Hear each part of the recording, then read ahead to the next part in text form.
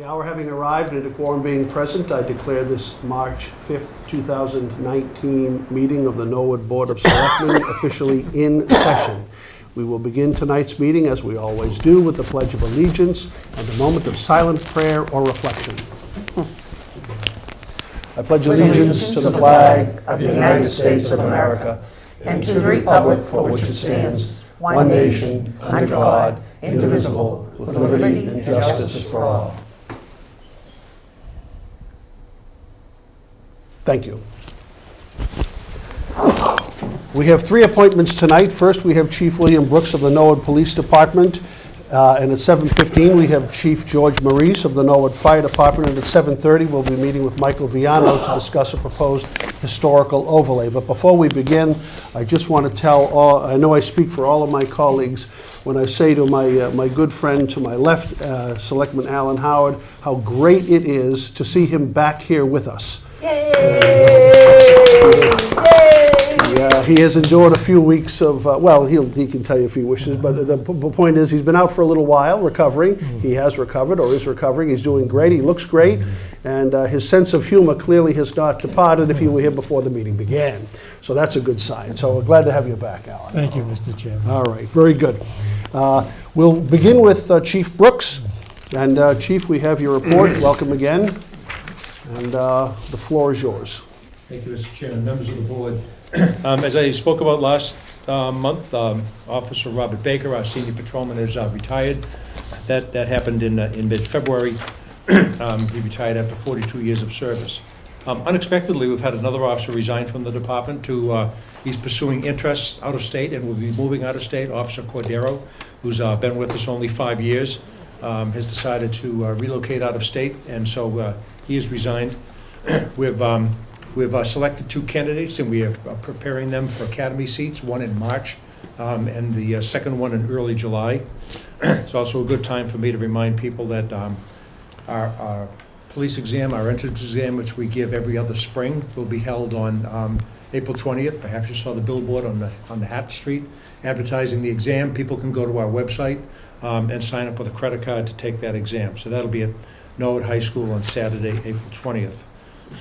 As we reported on social media, one of our officers on the midnight shift, Officer Paul Zorzi, was on patrol at Extra Space Storage when he came around the corner and encountered a 61-year-old man, a man that we know that we see from time to time, and that man had apparently fallen at about 3 o'clock the previous afternoon. So he had been lying there over 12 hours in 12-degree weather.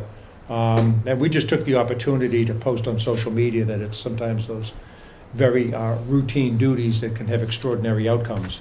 So Officer Zorzi called the Norwood Fire Department, and as they always do, they provided quick and efficient emergency medical service, and we got him to the hospital, and we expect that he's going to be just fine.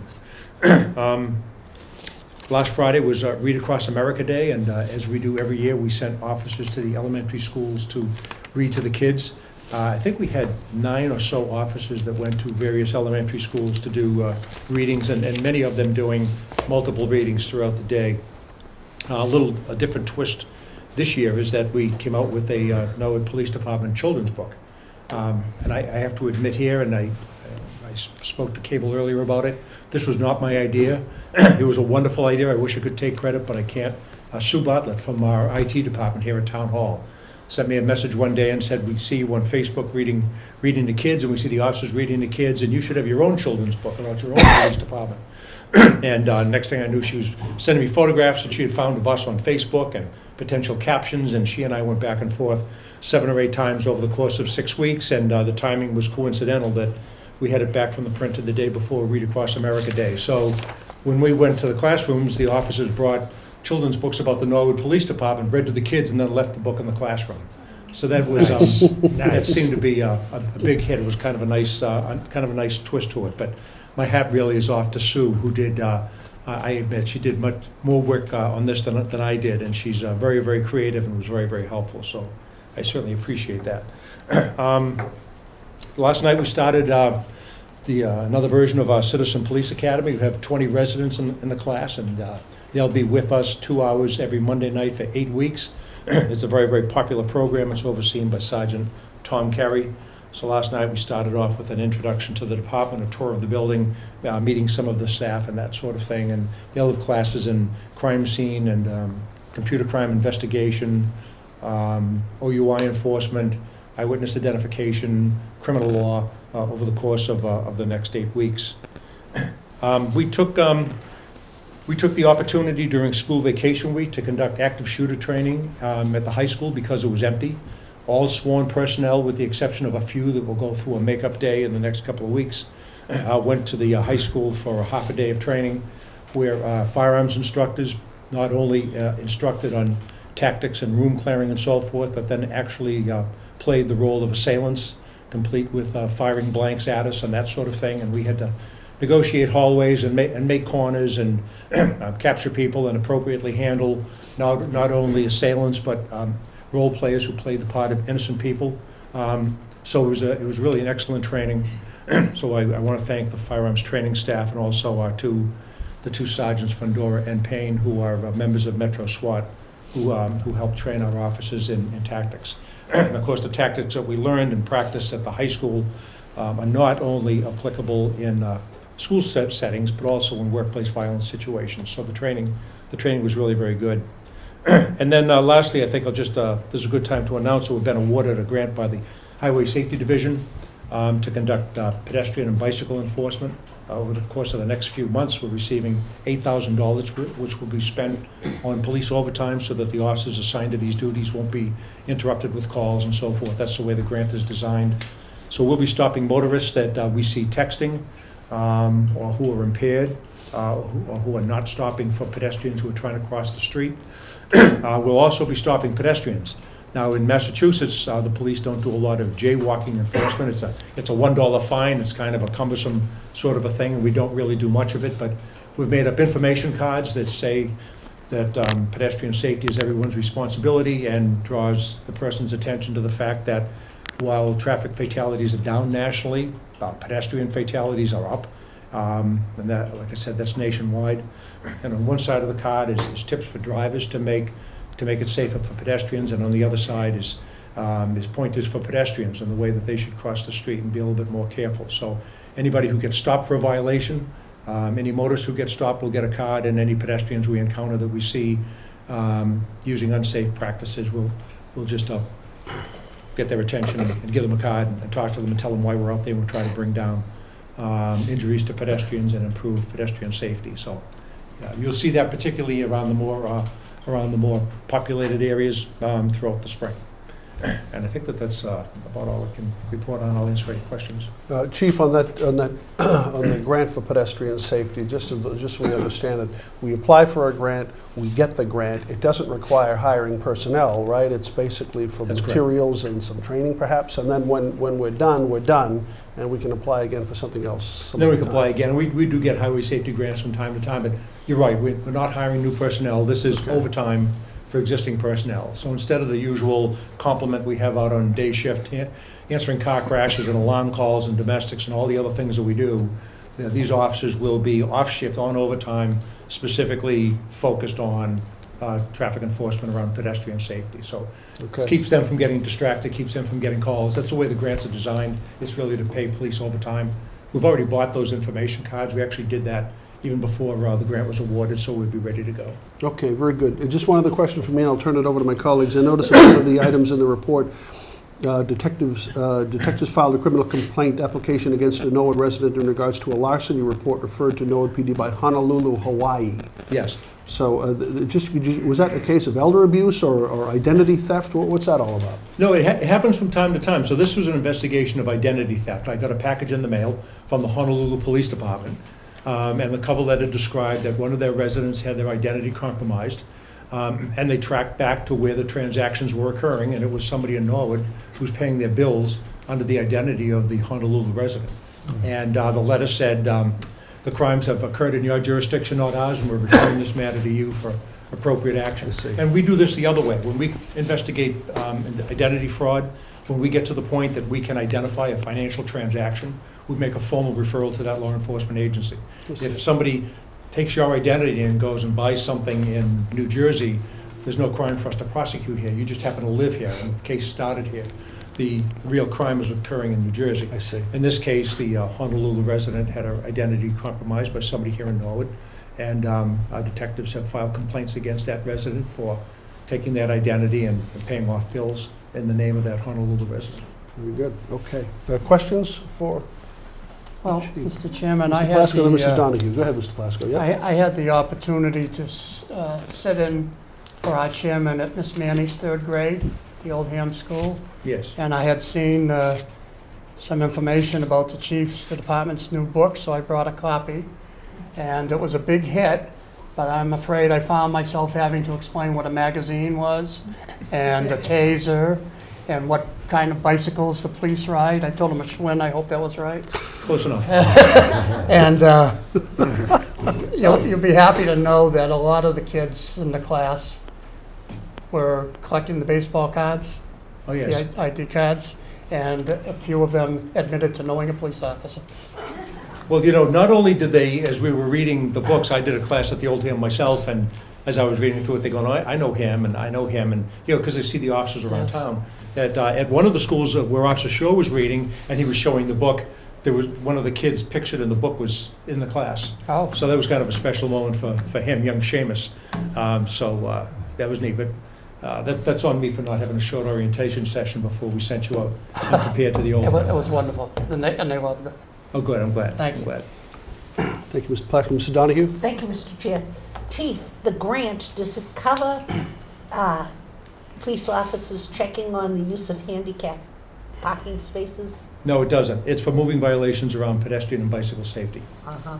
And so would any of those other things that you use, like the cards, the identification cards for the officers and stuff, would the cost of printing those be able to be used for some of that money? Yes, it didn't cost us very much to print them up there. I think maybe 5x7 cards with our patch on it and that sort of thing. That was pretty short money to have that done.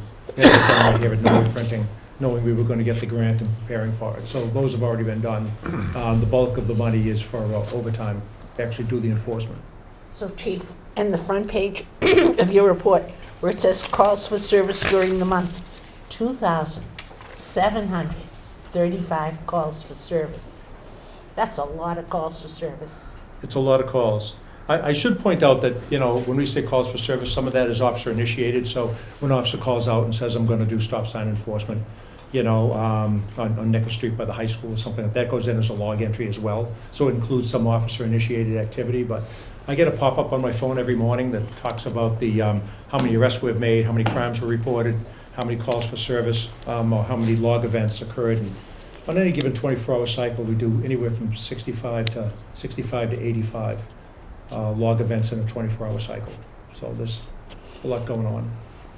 There is a lot going on. Some of it are officer initiated, like I say, some of that is, you know, officers setting up and doing traps and so forth. But it's also alarm calls and being called to crashes and coming into the station to take reports and some of the identity fraud and that sort of thing. But we're busy around the clock. Thank you. Thank you, Mr. Chair. Thank you, Mrs. Donahue. Anything else? We all set? Chief, thank you very much. Thank you very much. Appreciate your time. We'll see you next month. See you next time. Thank you. All right, Chief Maurice. And you brought along firefighter O'Malley, isn't that right? Chisholm. Chisholm, I'm sorry. Good. Chief, the floor is yours. Good evening, Chairman, Selectmen, Mr. Howard, great to see you back. Thank you, Chief. Thank you very much. I wanted to start off, I also had the opportunity to read across America. I was invited by the Oldham School to go up and spend an afternoon with Miss Lang and her 4th grade class. So I'd like to thank them for inviting me, and we had a great time. The theme was Hawaiian, so I had some Hawaiian leis on, which I raffled off after, and the kids seemed to get a big kick out of that. And my favorite book was Bats Over the Beach. So What was it?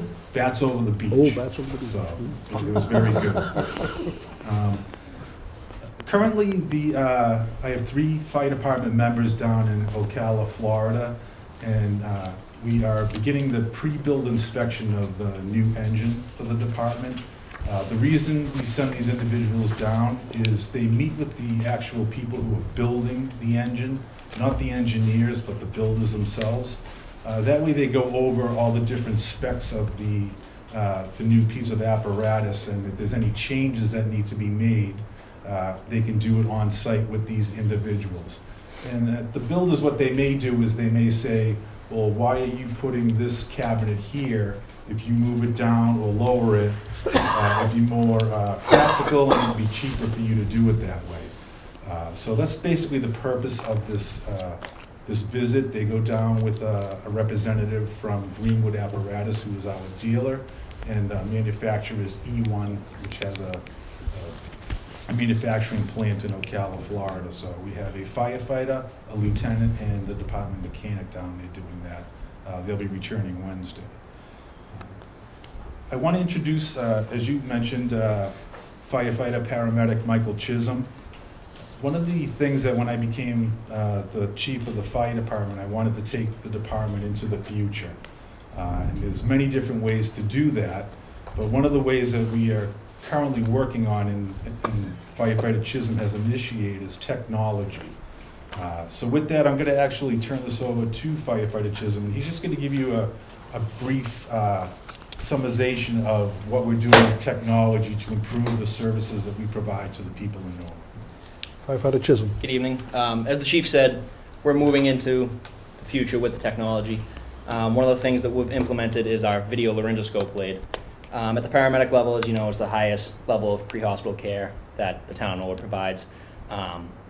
Certain critical patients, whether it be traumas or people who suffer some type of heart attack and go into cardiac arrest where their heart stops, it becomes imperative that we secure their airway. And the reason being is for patient outcome and to prevent from losing it, because as we all know, the brain, the heart can't survive without oxygen. When we do this, the former way of using a laryngoscope dates back to the paramedics starting in the 70s. I'm sure you've seen it on TV, all the wonderful medical shows that aren't always accurate, but they insert the tool into the person's mouth and pass a breathing tube into their trachea. What we have here is actually a video version of that. And what that does, that allows us to see in real time the person's vocal cords, their airway, their trachea, and it actually gives us an ability to record it. And why that's so important is nowadays with our EPCR, our reports that we write after we give patient care, it allows us to include it in that, and it also allows us to show to the doctor, this was secured, it's in there, it's necessary. Another big thing is it gives us an opportunity to not manipulate the person so much when we intubate them. It makes it a lot easier, it's a lot quicker.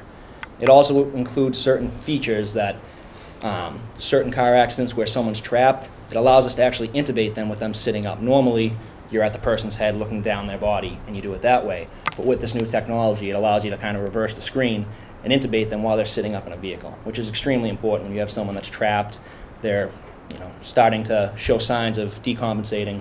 Getting an airway is absolutely important, and this tool allows us to do it much quicker than we used to, and it allows us to record it and protect ourselves to show that we confirm that it went in where it needs to be.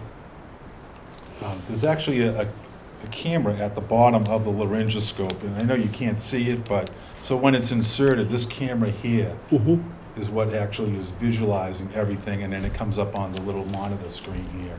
So we are moving forward. Thank you, Firefighter Chisholm. Question, please. The question. Is that information transmitted to the hospital at the same time? So when we get to the hospital, we bring we bring the camera, which detaches, in with us, and we show it to the doctor. We say, here's our intubation. We intubated them at this time. It's this deep in their trachea. We have lung sounds on both sides. So it's not transmitted, but it is transferred to them. That ability isn't in swing yet with the communication between us and the hospital. Probably the next stage will be that there'll be some kind of an implement that can transfer it to the hospital while you're coming to the hospital, maybe. Maybe that'll be the next step. That's I think it's in very, the very future for intricate. sure, Mrs. Donahue. That's very intricate. Yes. And all of that care can be provided in an Norwood ambulance? Yes. That's amazing. And that's why I wanted to bring Firefighter Chisholm up for you to see the great work that these men and women are doing down there. And they really enjoy their job in emergency medical services, and they want to bring it into the future. So it's providing the best care for the people in Norwood. So would you say that's the most advanced procedure that we provide in the ambulance? It's one of the most critical in terms of securing someone's airway. At the paramedic level, we can do a lot of things that doesn't often get publicized because it's usually done in the back of the ambulance, but it is certainly one of the most high-end medical procedures that we do. And if you were on, say, Route 95 and someone's in a car, good thing you have that bright light there. Yep, it's very helpful. That's amazing, thank you. Thank you, Mr. Donahue. Go ahead, Chief. I just wanted to let the board know that we have hired a new individual for the department. He's currently awaiting his physical agility test. If he passes that, he will start his indoctrination period, which begins March 18th. The individual already has his paramedic license, so that's a bonus to the department. On top of that, we had the recent retirement, kind of a surprise retirement, of Robert Greeley. He was a 34-year veteran of the fire department. He had been out for quite a few months with a medical issue, but healed up wonderfully and is doing great, but decided at that point that he was going to retire from the department. He was appointed by Chief Thomas Barry in October of 1984, which was when I was graduating high school. But Bobby was one of my mentors on the department. Great guy, always working out hard to keep in shape to be the best firefighter that he could be. And I just want to wish him a long, happy retirement. Great. And that's it. All right, very good question. Mr. Howard. Thank you, Mr. Chair. Chief, good evening. Good evening, firefighter. Incredible stuff, incredible stuff. Similar to the cameras that we're using in our water and sewer pipes in the town now, but obviously a lot more important than those are. But I say that facetiously. But seriously, Chief, I just want to thank the men through you. If you'd convey it to them, January 30th, they had occasion to come to my house. It ended up I had 2 breaks in my left leg, and I remember very little of it because I was in extreme pain. And I think I had my eyes closed most of the time because there was so much pain. But I do appreciate the care that I got. I can testify for the striker unit now. I'm well aware what a striker unit does because I was in it. But very seriously, you don't appreciate these services and things until you have to use it or a family member has to Yes, use it. yes. Very seriously, that a person will squawk over this or that or the other thing. But if we need you, we need you, and that's where it's And we at. are always there. And I know the men and women are happy to serve the people in Norwood, and they were happy to help you that night because I did speak with them. Yeah, it's coming along. It's coming along. There's still a ways to go, but they started it off very favorably for me. So thank you, Chief. Glad to hear it. And thank you, Norwood Fire. Thank you, Mr. Chair. Thank you, Mr. Howard. Mr. Bishop, anything? I'm good. Thank you very much, Chief. Plasko. Thank you. Chief, little concerned about the substitution account. Yes, We have a town meeting in coming April. up, the special. Yes, Yeah. I'm monitoring that every week, and, going to be working with my business manager to make sure that if we need to ask for extra money, we will. We may have to move some money out of another account when the Municipal Relief Act comes into play, but every week I'm on top of that. And Well, we're trying to get things done at town meeting instead of municipal relief act, which is coming a little early this year. So need to be watching it Okay. real close and see what that number might be. Anything sticking out as to why? Well, I think one of the big things is the number of injuries that we've had. I think I've mentioned it before, we had a member of the military who was overseas for almost a year. So we were carrying those vacancies, and that definitely hurt the department in the substitution account. Because I do want to always maintain the staffing level of 14 minimum manning. So those items definitely contributed to But it. if we can't control those numbers, we might not be able to, so we have to watch them carefully. Thank you. Thank you, Mr. Plasko. Well, the only thing, Firefighter Chisholm, is your comment about the television shows of the 70s. I suppose it is fair to say we never saw this technology when we were watching Emergency, which was one of the best. Remember that Julie London was in that one? That was a great show. So, but no, it really is. I mean, these developments happen incrementally, and so you don't really appreciate them on day to day, or week to week, or year to year. And suddenly there's a technology. You say, oh, that's interesting. But then you look back over a period of time, and you say, wow. Come a long way. You just don't realize it, you know. But that's a marvelous tool. Anyway, if there's nothing else, we're all set then. Very good. All right. Thank you both very much. We appreciate your time Thank you.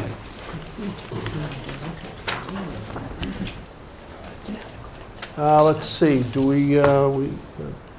let's see. We're meeting with Mr. Viano at 7:30. I know he is here. Should we go straight to him, or do we want to get some of the new business done? He's here. From the neighborhood. Let's do it if he's here. No, you know, you're right. Mr. Donohue's right. Let's take 3 or 4 minutes here and go through some of the new business. Okay, new business. Number 1, Mary Lou Folin, Town Clerk, submitting April 1, 2019 town election warrant for signature of the board. Motion to sign? Second? Motion to sign made and seconded. Anything further? Hearing none, put it to a vote. All in favor? Opposed? Unanimous. Thank you. Number 2, Sigal Reese, Superintendent, Board of Health, and Cynthia Taft, Norwood Food Pantry, submitting request to place a banner on the poles on Washington Street between Vernon and Day Streets from Monday, April 29th, through May 13th, 2019, to advertise Household Hazardous Waste Recycling Day and the National Association of Letter Carriers Food Drive, which is May 11th. Motion to approve? Motion to approve made and seconded. Anything further? Hearing none, put it to a vote. All in favor?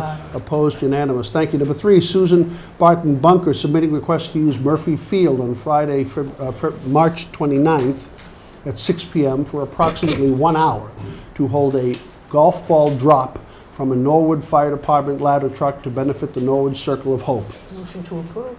Second. Motion to approve made and seconded. Anything further? Hearing none, put it to a vote. All in favor? Aye. Opposed? Unanimous. Thank you. Number 4, cemetery deeds for signature of the board. Motion to sign? Motion to sign made and seconded. Anything further? Hearing none, put it to a vote. All in favor? Aye. Opposed? Unanimous. Thank you. Number 5, James Collins, Superintendent, Norwood Light Department, submitted notification of franchise fee payment to NCM in the amount of $45,209. Information, sir? Information, a motion to accept. What do we do? All in favor? Opposed? Unanimous. Thank you. Number 6, Abdul M. Schuman, 100 Winfield Street, submitting application for a Class 2 auto dealer license.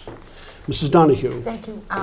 I request that we postpone the decision on this for 1 week so we can have Mr. Schubert clarify some of his language on his report. Okay, we have a motion to table, Second. made and seconded. We're going to motion to table for 1 week, made and seconded. Anything further? Hearing none, put it to a vote. All in favor? Aye. Opposed? Unanimous. Thank you. Number 7, Timothy J. McDonough, Chairman, Board of Assessors, submitting request for reappointment of James F. Grover to the Board of Assessors for a 3-year term. His current term expires on April 1st. So move. Second. A motion to approve made and seconded. Anything further? Hearing none. All in favor? Opposed? Unanimous.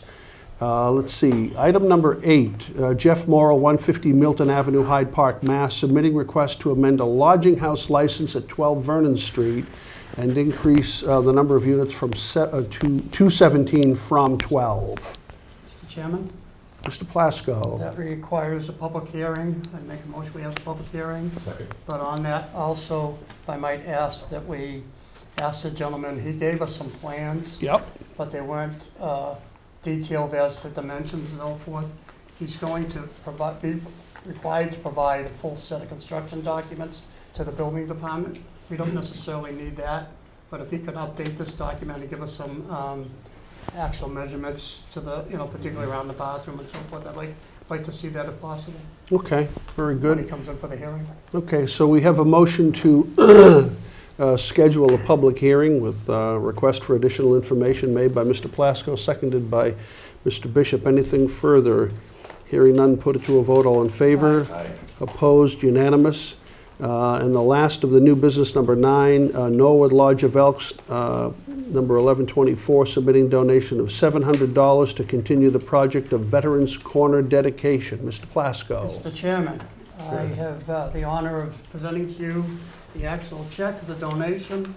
I would make a motion to accept the donation under Chapter 4453A for the purpose as indicated to be expended at the direction of the General Manager.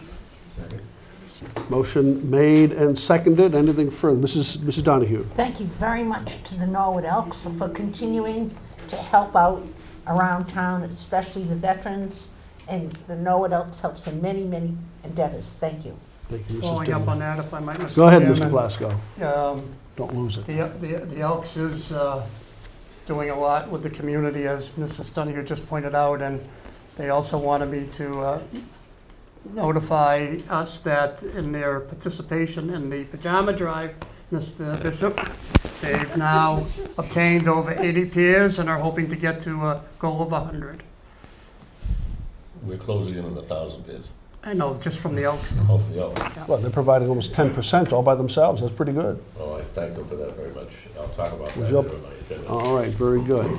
Do we vote on this? We have a motion to accept $700. I don't think anyone's going to oppose it. All in favor? Aye. Opposed, unanimous. And then just one matter of unfinished business here, and we'll get to our visitors. Number 1, Melanson Heath Accountants Auditors submitting independent auditors report, annual financial statements for the year ended June 30, 2018. You've all received a copy, by the way, is that Yeah, on the correct? table for now. Okay, very good. Do you want to do a website? Well, file. Okay. We can bring, anybody has any questions, they can bring it up later. That fair? Okay. All information filed. Made and seconded. Anything further? Hearing none, we'll put it to a vote. All in favor? Opposed? Unanimous. Thank you. Okay, very good. Thank you, folks. We appreciate you letting us get through all this. Why don't you come to the table here, Mr. Viano, and your guests, and introduce everybody who's with you, sir. I will do that. All right. I thank you, Mr. Chairman and board members, for letting us come in and have a discussion with you. My name is Michael Viano. My family was in business here in Norwood for 3 generations, including myself, a former president of the Norwood Rotary Club and a former president of the Norwood Area Chamber of Commerce, prior to it becoming the Neponset Valley Chamber of Commerce. I am not an attorney, and I am not acting as a developer here. I'm a consultant for the owners of 289 Walpole Street, Bob Baguri and his wife Barbara Rand. Welcome. And Bob and Barbara have lived at 289 Walpole Street for 40 years. They are the 3rd owners of the property. The Winslow Allen family built it originally in 1873. Governor Allen married a Winslow daughter. He lived there. He died, I believe, in 1952, and it became the Cenacle. And when the church sold it, Bob and Barbara purchased it. They are both have longtime involvement with the Norwood Historical Commission, the Norwood Historical Society. So we're here to discuss and they're at an age where they are ready to retire and frankly move out of state. So they need to do something with the house, and we'll talk about the house in a minute. But we're here to discuss a possible historic preservation overlay zoning bylaw that we would be putting on the warrant for the spring, I think, special town meeting, but I'm looking for some guidance on that. And I want to discuss what the proposal is, and we're seeking support, if we can get it, from members of the board, as well as input as to how to make it better, and also, if possible, to request that the board would actually place it on the warrant, but if not, we'll go through the process of getting signatures. The property has, over the last 12 or 15 years, on a number of occasions, the owners, Bob and Barbara, have attempted to market it. There's really been no interest now or then in people wanting to use it as a single-family home. It is 6,800 square feet. It would require, it's in quite good shape inside, and we'd love to have folks from the board, and perhaps as we're in the process of town meeting on a Saturday, we might let the public come through the public rooms in the first floor. But there's most of the original woodwork and historic detail in that house is preserved because the current owners care about that kind of thing.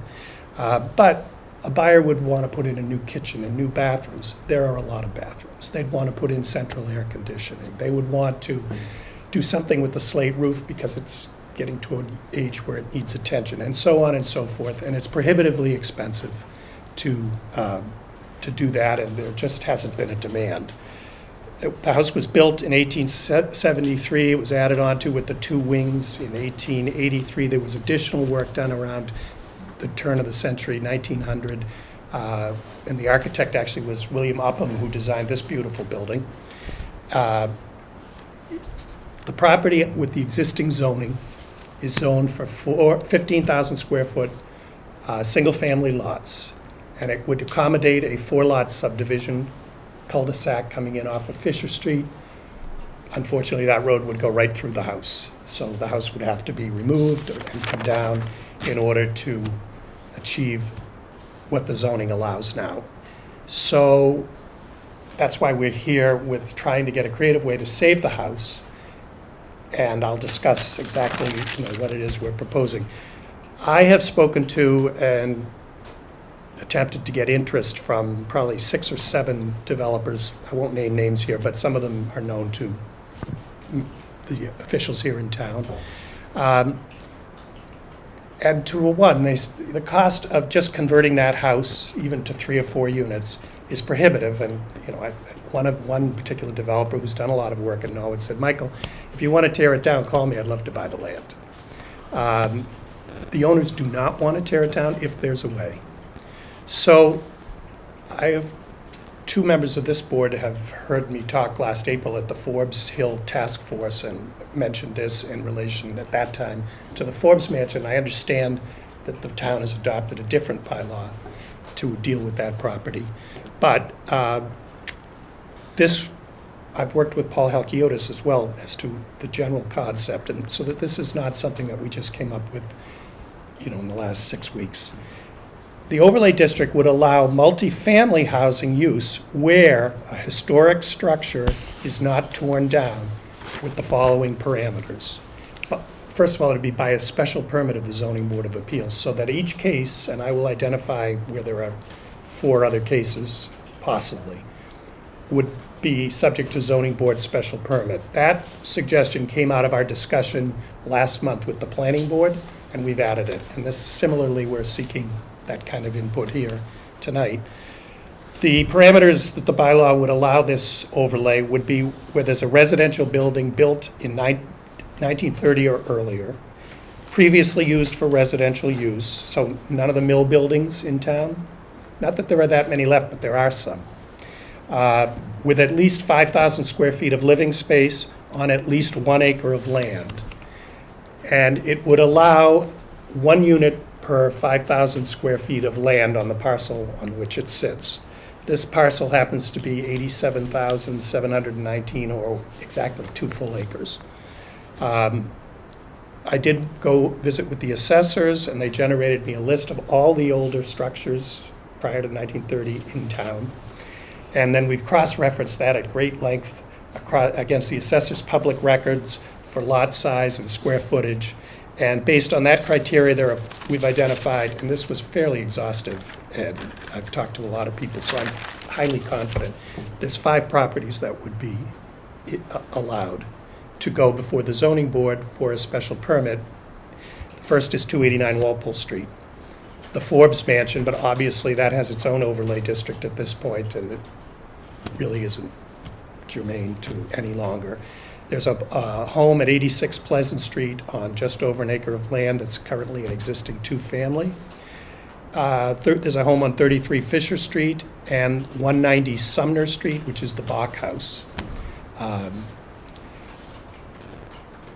example of a property that might have been preserved where such a bylaw allowed was the former Dr. O'Neill House at the top of Saunders Road, which was the J. Stearns Cushing mansion, and he, of course, was the founder and owner of the Norwood Press.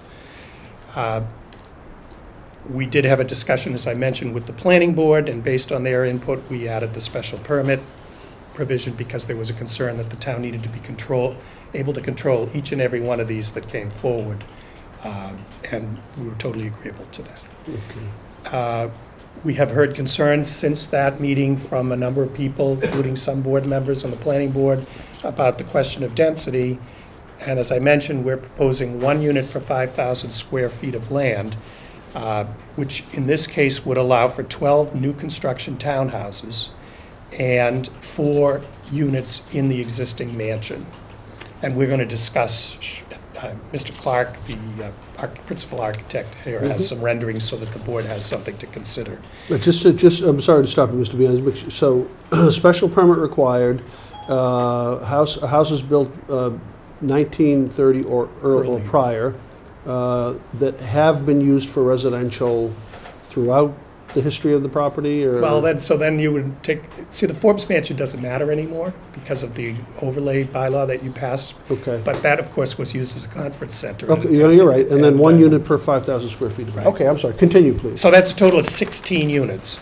I did speak with Paul Halkiotis, the town planner. The current there's one multifamily zone in the town, and it allows for 1 unit per 3,500 square feet of land after the first unit, which requires 10,000.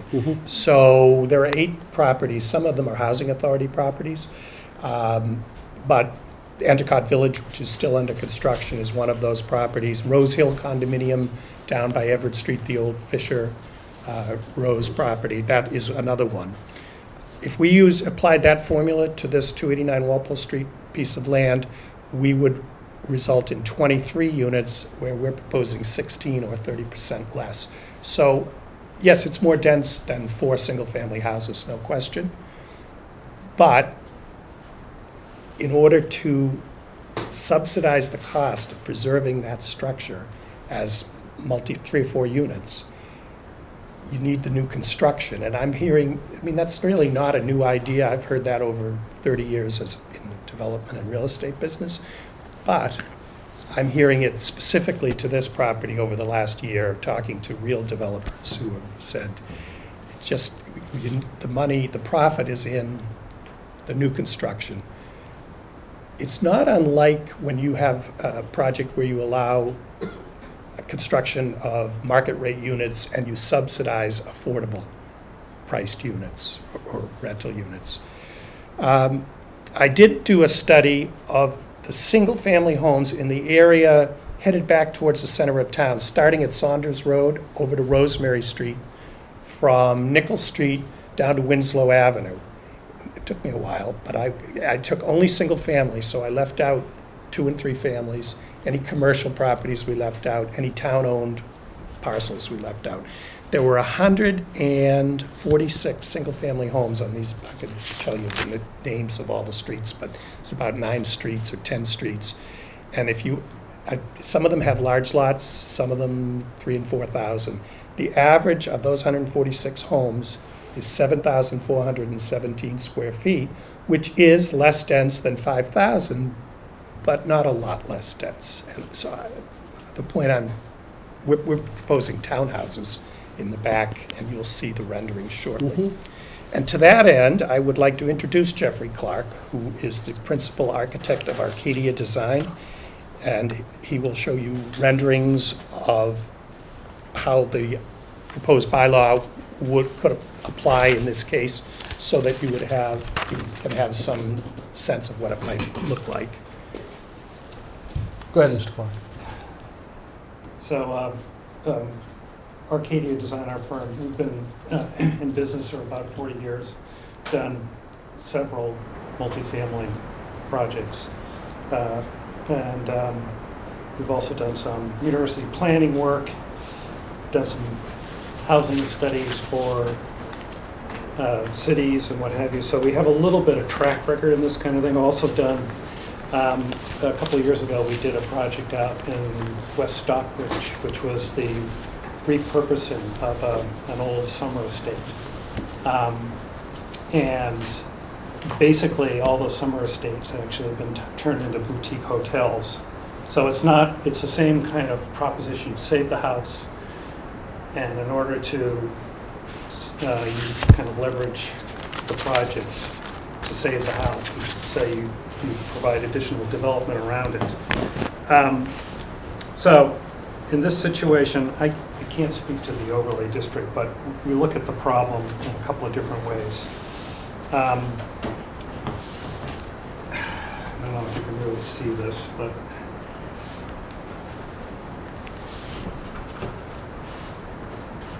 this is 1A out here. This is 289 Walpole Street. That is the Veterans Memorial Park. And what's interesting about when you kind of look at this, I mean, I'm the least familiar of anyone with this piece of property, so it takes a little while to sort of get into what the issues are. But there is a certain amount of, what would you say, mixed use, or other than single-family residence. You have the rehab center over here, the children's clinic there. There are a couple of churches around Veterans Memorial Park there. So it's not all residential, straight residential. There is some mixed use there. It's in a really significant position in the town, obviously, by virtue of being opposite the park, which makes it all the more sort of iconic, if you will, as a setting for the thing. And so what it really suggests in terms of the site plan is that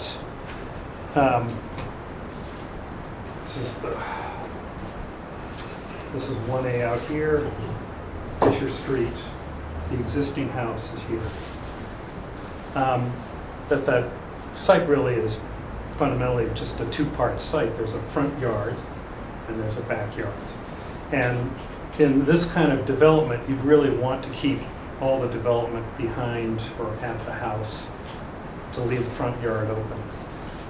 It's an Olmsted plan, a landscape plan. I don't really know what the actual original plan was like, but I presume that it was something very simple having to do with how it was sited. I presume that they sited the house. The approach, there's a drive here, and it actually sits up quite high off the street. So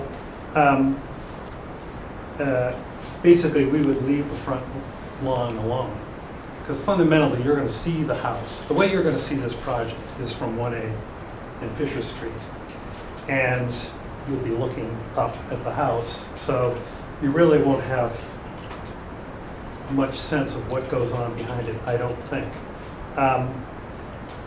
In any event, we put 4 units in the main house, 3 to 4 units depending.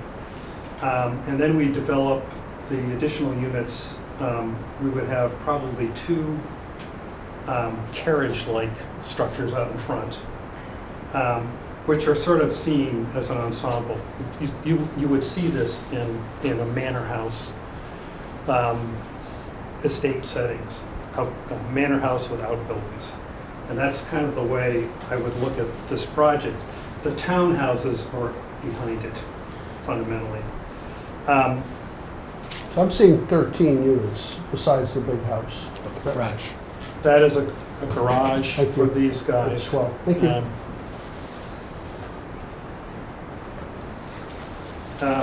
I mean, the other 16 units, it's roughly 25% coverage, which is I guess a maximum coverage for some of these projects.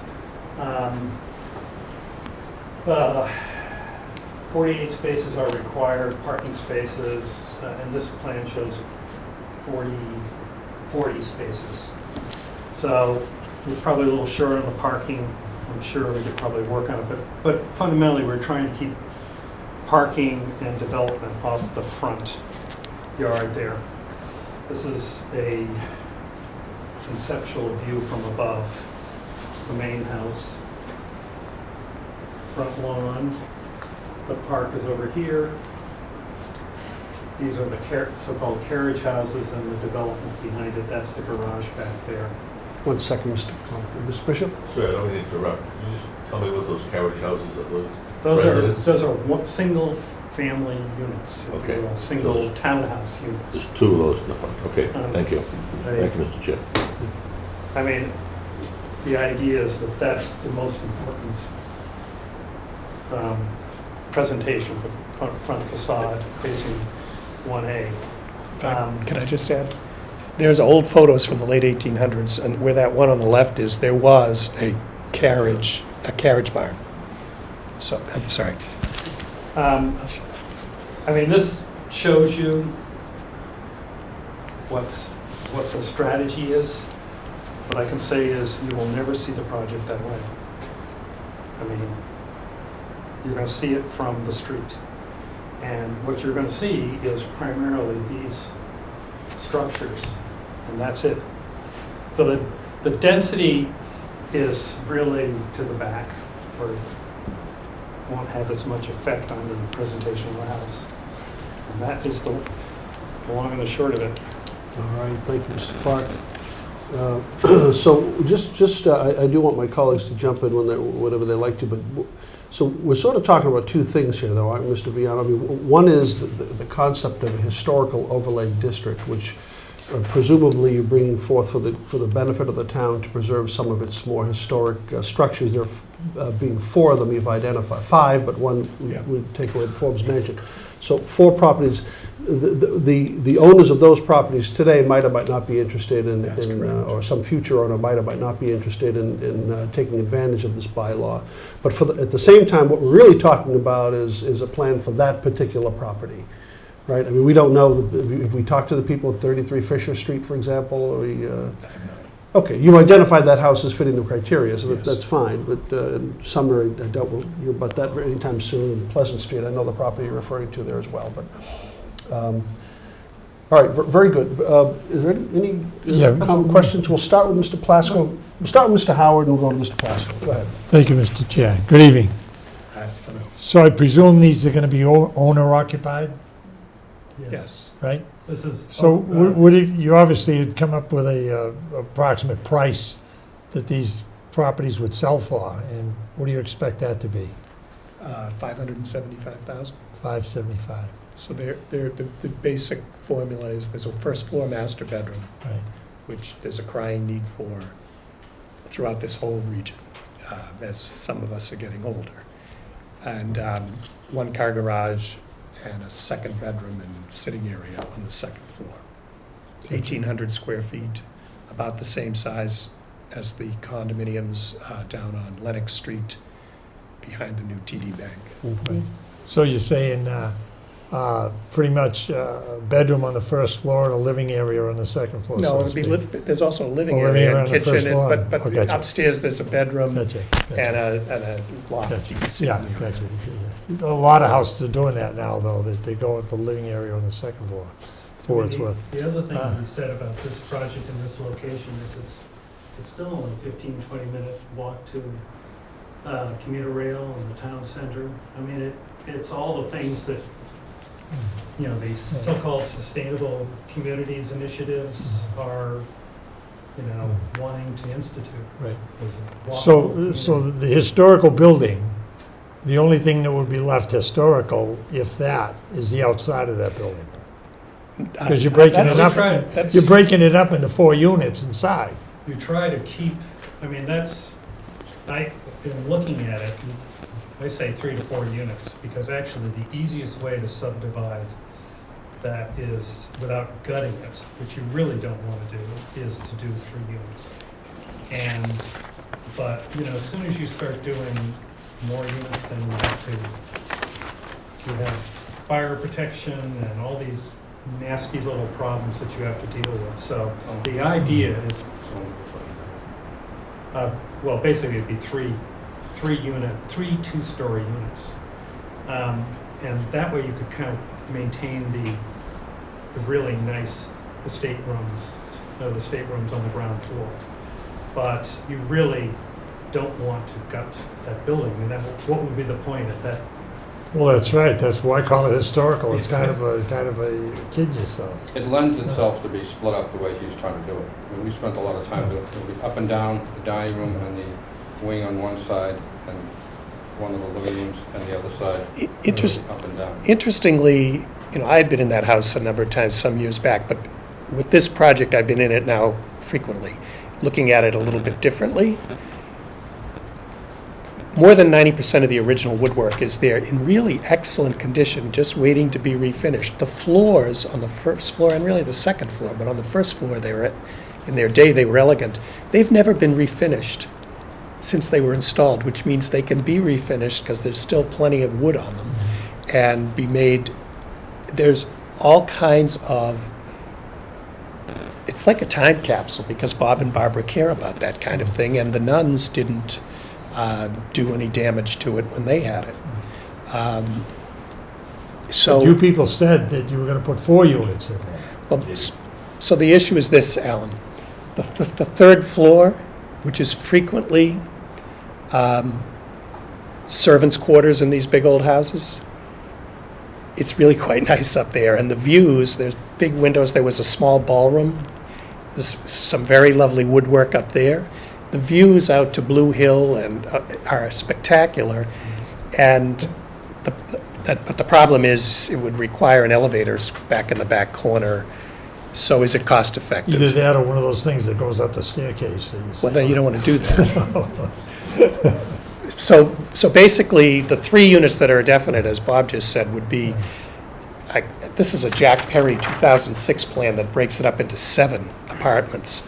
But you can see the existing petitions.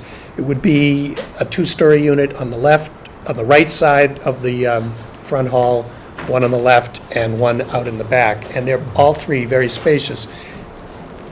Candidly, that space on the I'll tell third you what, floor is. we're not, I mean, we're not in the business of site plan review anyway. Right. There are other bodies in this town. We're really here because you've asked to Correct. possibly ask us to sponsor, or at least you've given some sort of a tacit approval to a proposed bylaw. That's really what it's all about here. What's done with these properties specifically will be decided by other Correct. bodies. But Mr. Plasko, you had your hand up. I Thank you. think. Could you repeat for me the criteria for the properties? You said a historic structure, I think you said a minimum of 5,000 square feet. Yeah, living area. What else was there? At least 1 acre of land, constructed 1930 or earlier, and used for And currently used for residence? yeah, at this point, we can say that because we don't care about the Forbes house anymore, so. Well, I was thinking actually right next door, the old O'Leary house. It's now being used as doctor's offices. We could say also previously, or at some point in history, used or So constructed. is the bylaw written yet? No, after this meeting and the input, which is part of why we're here, it will be drafted. Well, if you want to be on the April town meeting, you have to move very quickly. We know that. Because you need to write the article. We're not going to write it for you. No, You need to get it back to us. we have zoning attorneys, And then if the board is of the mind, we would approve yes, placement on the warrant and forwarding it to the planning board, and then he'll have all your hearings down there. right. To that end, Mr. Plasko, back in, starting last April, we did consult and have continued to consult with 2 excellent zoning attorneys whose office is in Franklin, Ted Cannon and Craig Chickanowski, who have done a lot of this in many towns around here. They've had input to get us to this point, and we're basically having this discussion meeting with planning board and now with selectmen, so that we can then go right into final drafting. So we can work quickly. I don't want to get into planning, as the chairman indicated, that's not our purpose up here, but with the bylaw, usually when we have the bylaw, we also have a map of where the properties are. So would this concept be to just change the zoning bylaw to say any piece of property in the town that meets these criteria, it applies to? Yes, and I we did have think- that And we discussion. think, based on your testimony, that there might be 3 or 4. But there could be more if you start There- putting in properties like the O'Leary property and so forth. If you don't restrict its current. The O'Leary currently being property used is for not an residential. acre. I'm fairly certain it's not an acre, because we looked at, that was on the list that the assessors gave me because it was constructed before. I mean, it's 40 pages, this list. So, the, To, the Yes, other- the I other did point consult the other with- po- The other point I wanted to make is we're doing a lot of talk tonight. about carriage houses and how you'd redo the existing building. That's all gonna be decided by whoever buys it Correct. within the criteria set for 5,000, 1,000 square feet per unit or whatever, and then however they lay it out. So all that may mean nothing, Possibly, but unless you can let me say, we're Tie it down some. Tie it negotiating. down somehow within the We're bylaw. negotiating with a respected developer that if we are going to move forward, we would most likely have an agreement with long before town meeting, and that party would be with us the So, whole second way. from this seat, it can't commit to, as a town meeting member, supporting this or not, till we see those details that we're not seeing here as the final bylaw, because you didn't bring the bylaw with you. But from this seat as a selectman, if you bring the bylaw forward in a timely manner, I'm willing to allow it to be put on the warrant on petition of the property owners and forward it to the planning board and let it take its course. And that would be much appreciated. That's a totally reasonable position at this point. You do need a bylaw.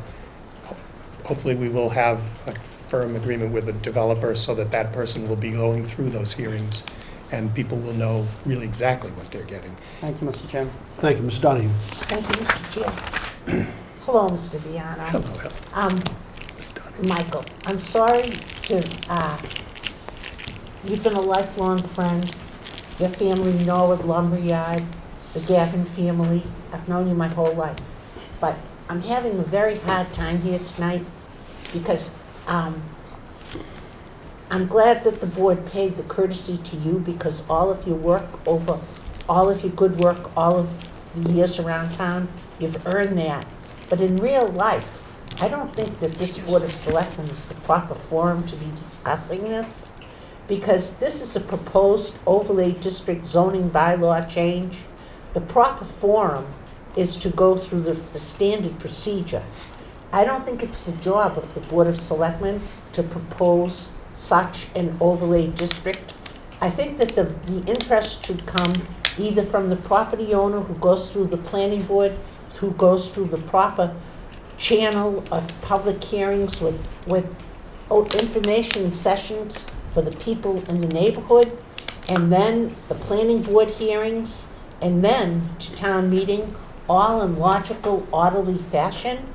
I think that this is really a question that should come from either, if it were in such big demand, from a group of citizens and be placed on the town meeting warrant that way. But I want to follow proper channels because this is a really important question.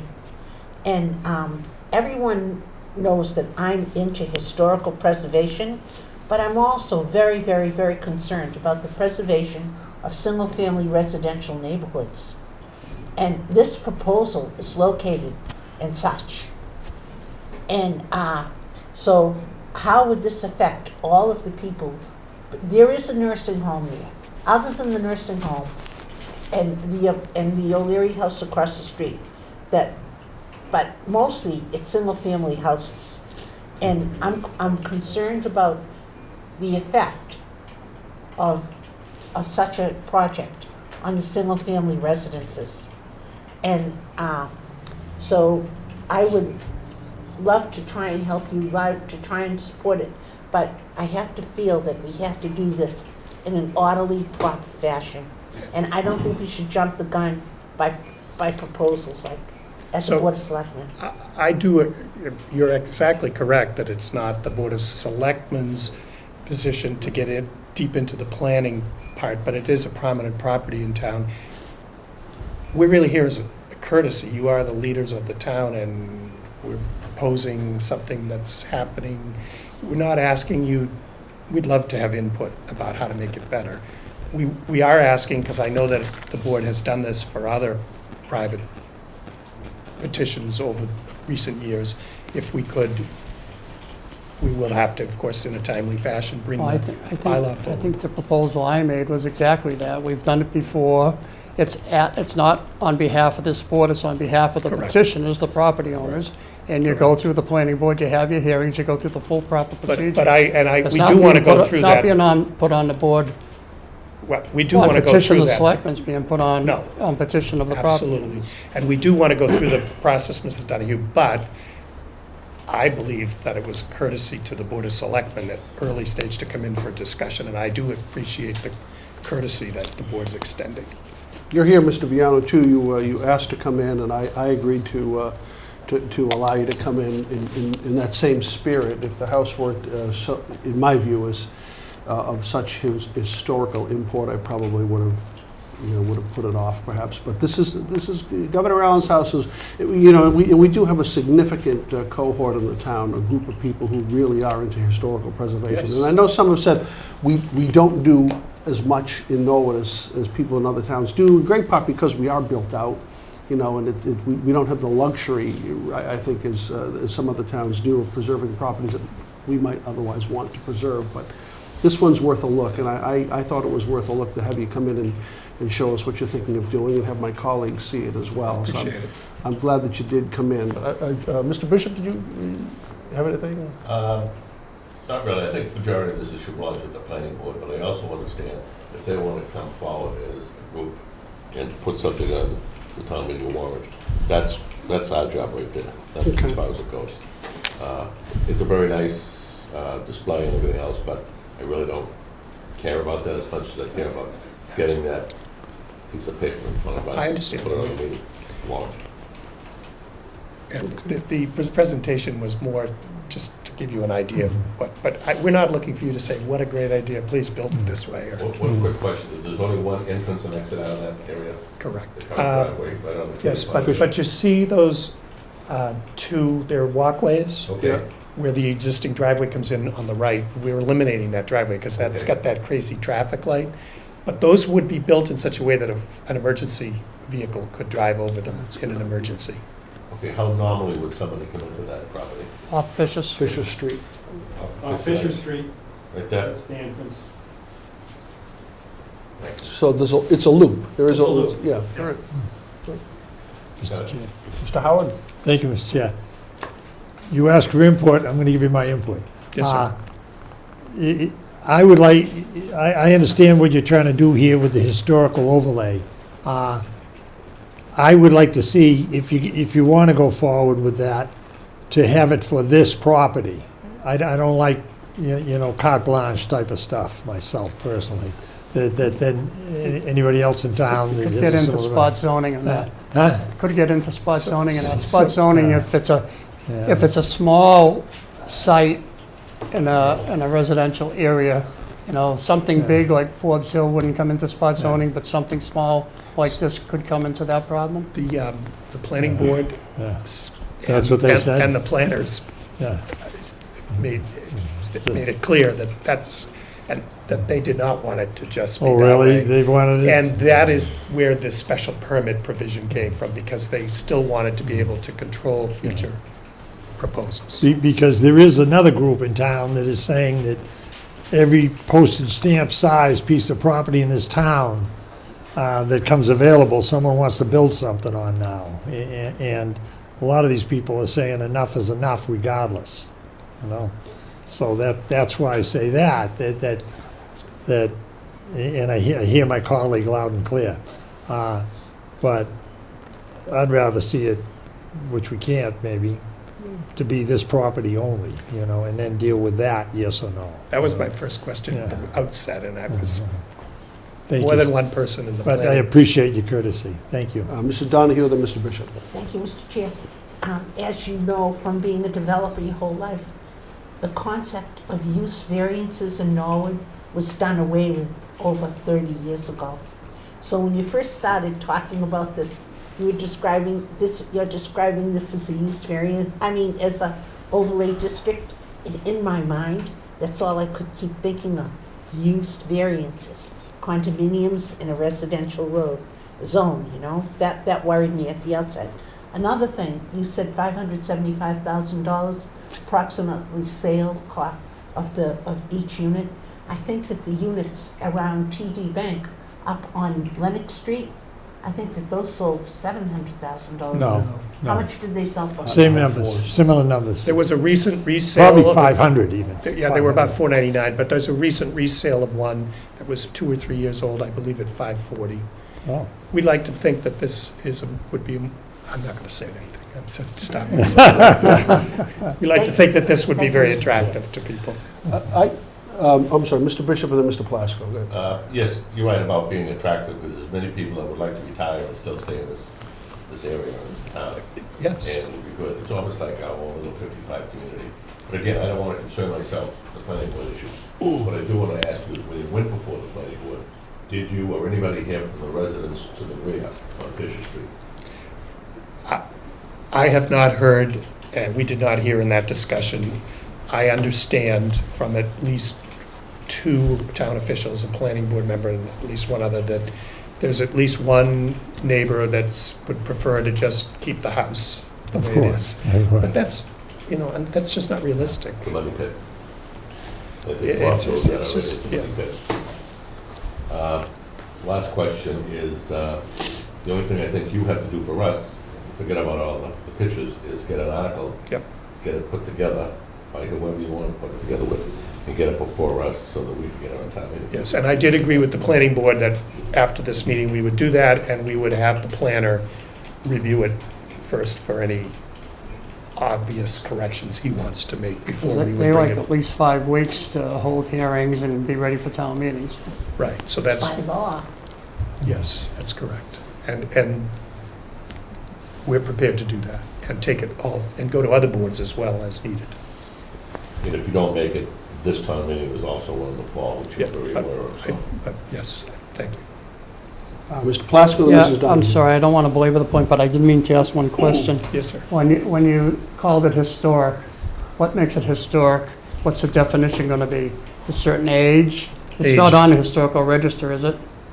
No. So, in the town, it's just going to be any by a certain age? It's That's going to be age. the definition of historic? Yes, that house, of course, I actually have here the inventory that was done in the early 80s in preparation for possibly putting it on the historic register, but that was, never got completed. The history of that particular property is, I was in the basement, was cynical, they wouldn't let me go any further, though. So we're in a why, Mr. Plasko. Two U.S. presidents visited that home, as somebody told me. Mr. Dunn, you go ahead. Thank you. There is some neighborhood people who don't want it, and they have a petition. I understand, thank you. I'm thinking, just occurs to me real quickly here. You have 4 houses identified. One of them is probably less than 100 yards away from that one on Fisher Street.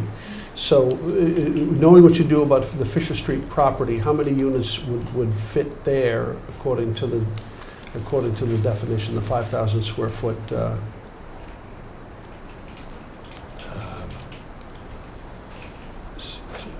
75,000 feet, so, of land. 15? So, 15, of which some would be in the preserved structure. Okay. That's the greenhouse, right? They didn't come I believe around and it. live in that house He first? lived there before he moved across the street with Okay, his so father. it's possible you'd have, 12 here and 15, okay, all right. And then the property, all right, we'll deal with the others. Okay, Mrs. Donahue, go ahead. That was Governor Allen's house too, Correct. Yeah. before he moved into the, I think he moved, well, he Barbara. he built the one on Fisher Street on the right, correct? And then he moved over.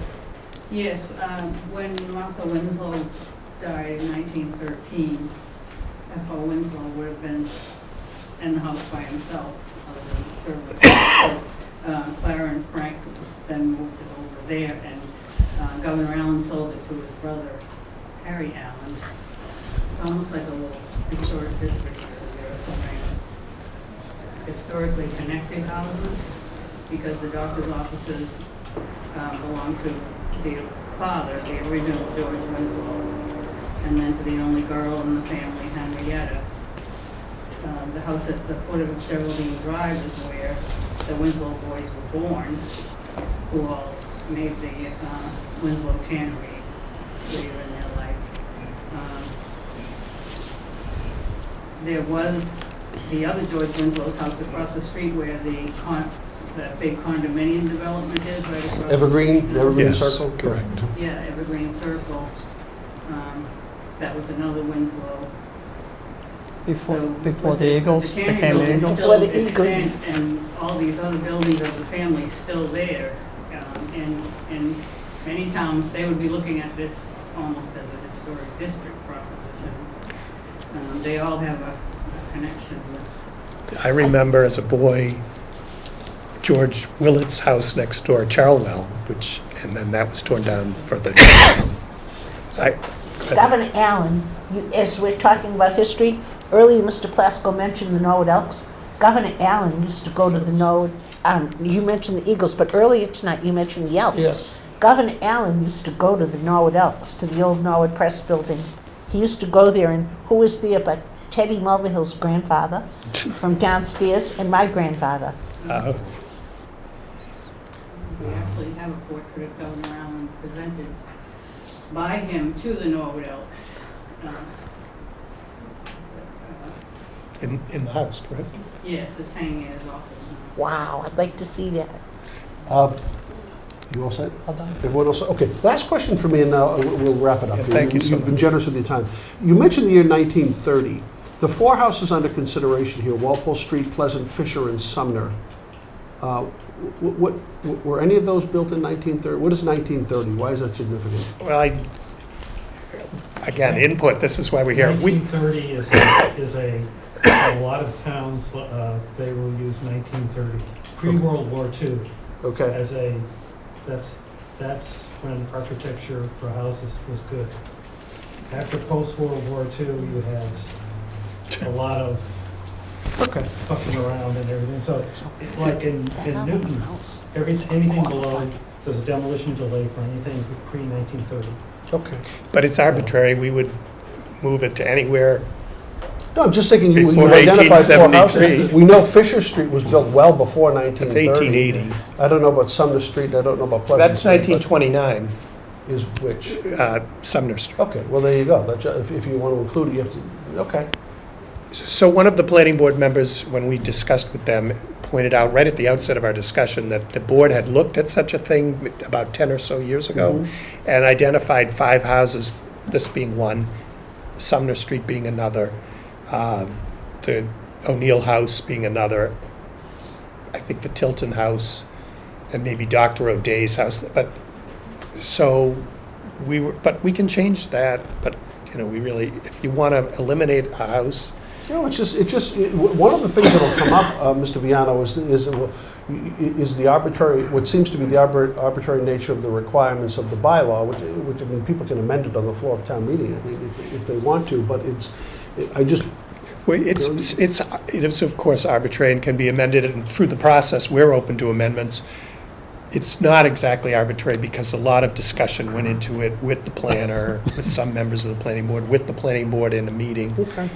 So we're open to the process to further improve it so that the town meeting hopefully can see its way clear. Do you want to see sort of a tidal wave of people who say, my house qualifies, I want to, We've been very careful not to let The that house happen. is on the market now. I saw it on the MLS listing a few weeks back. Yes, So and if someone would pay the price, it would just go as a single family house.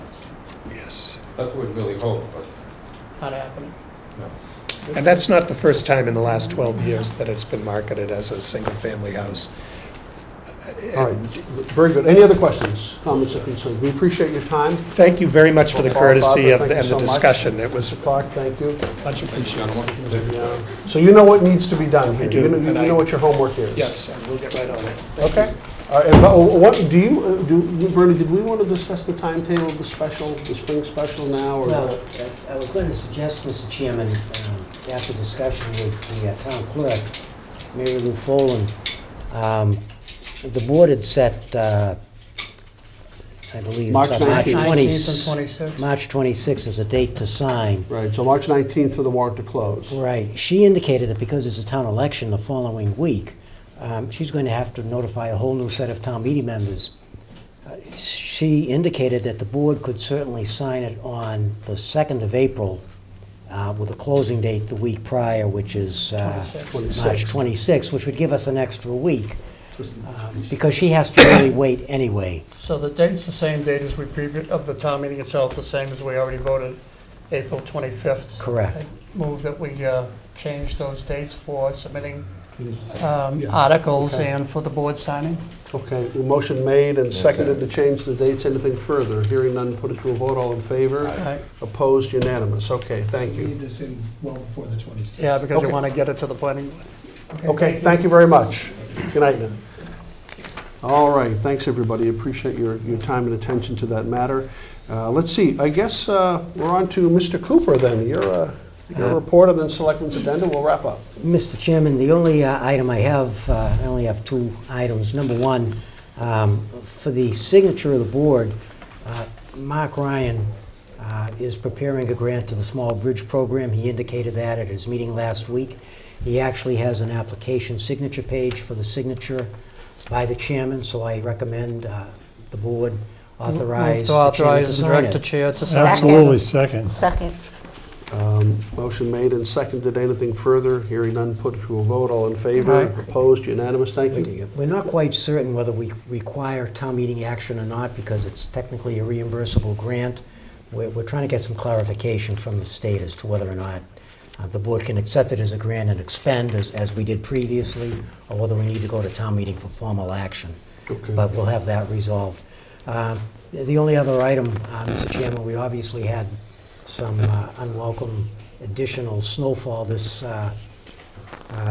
Sunday night into Monday, and we're getting perilously close on the snow budget. That's what I was going to I ask. can't tell you whether we're going to run over, but we very well could. Hopefully, the rest of the month will be a little kinder to us than it was last year. Surprised we're not already.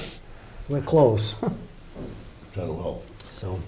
Well, okay, very good. And if necessary, I'll declare an emergency under the provisions of the law.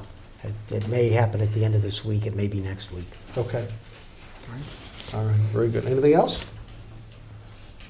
Nope, that's all, Mr. Chairman. All right, Mr. Cooper, thank you very much. We'll do Selectmen's agenda then. Why don't we start with Mr. Howard?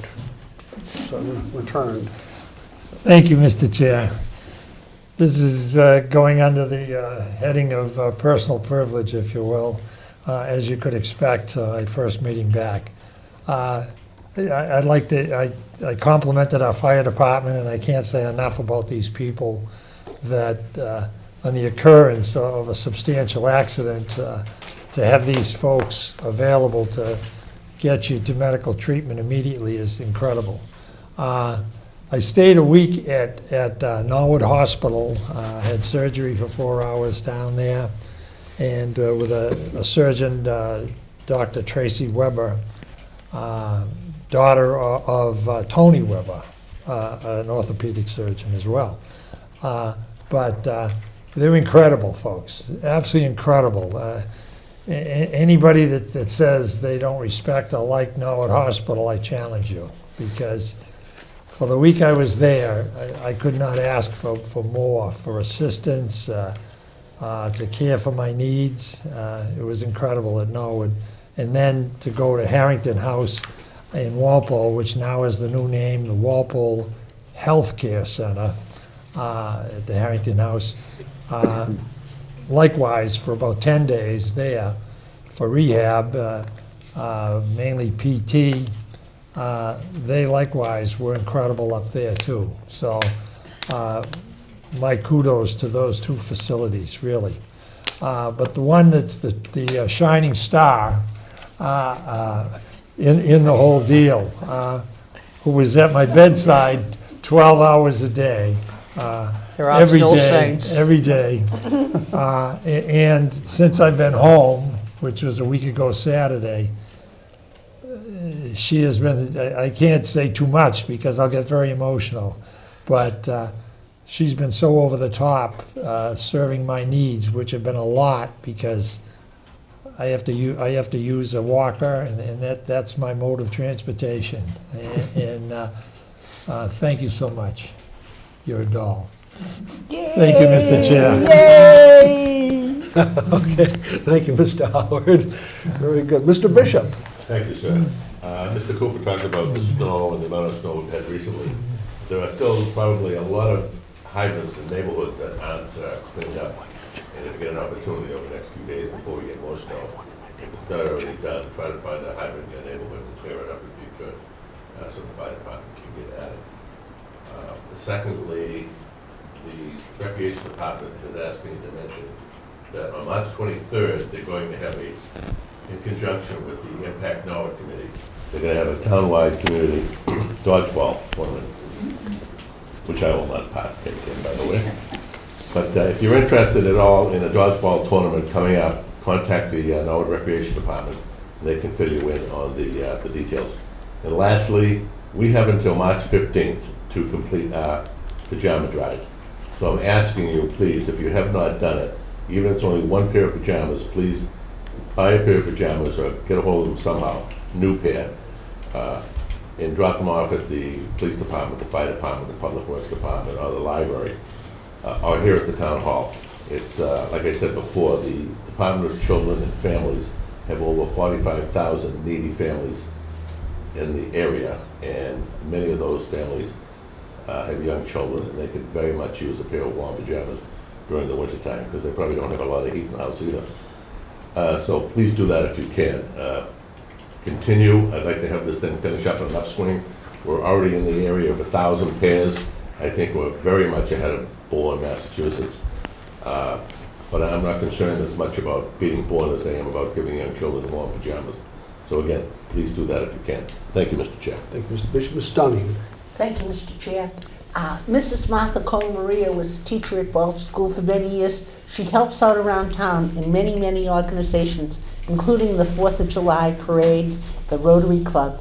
And she was kind enough to remind me that March is Women's History Month, and as part of the celebration at the Norwood Library, she has a collection of 48 models of women who have made history in the United States of America for overcoming hard situations, or for their bravery, or for succeeding in different ways.